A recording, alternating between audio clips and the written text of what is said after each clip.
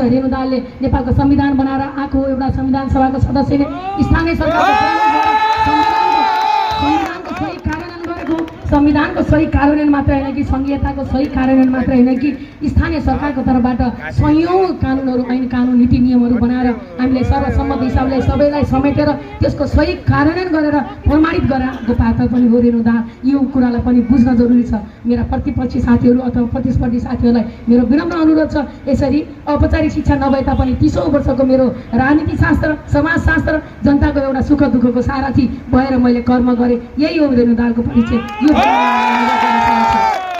चाहन्छु यसर्थ धेरै विषयवस्तुहरू छन्। यसरी अब रेणुदालाई लगाउन पर्ने टीका टिप्पणीहरू गर्नुपर्ने त्यस्ता खालका आरोप प्रत्यारोपहरू केही पनि नपाएपछि 9 वर्षसम्म विवाद रहित ढङ्गबाट काम गर्ने कुरा पनि चाहे चुने कुरा थिएन। तर पनि मैले ममा भएको निष्ठा, ममा भएको इमान्दारिता, ममा भएको लगनशीलता, जनताप्रतिको जवाबदेहिता, यही कारणले गर्दाखेरि आज जनताको बीचमा हामीले जवाबदेही ढङ्गबाट कामहरू गऱ्यौँ। यही हिसाबले गर्दाखेरि सबै चिजहरू नतिजाका हिसाबले अघि नै धेरै विषय आगोसम्म दोहोऱ्याउन छैन। सबै मानेमा कहीँ पनि आज महानगरपालिकाको कामप्रति कसैको गुनासोहरू छैन।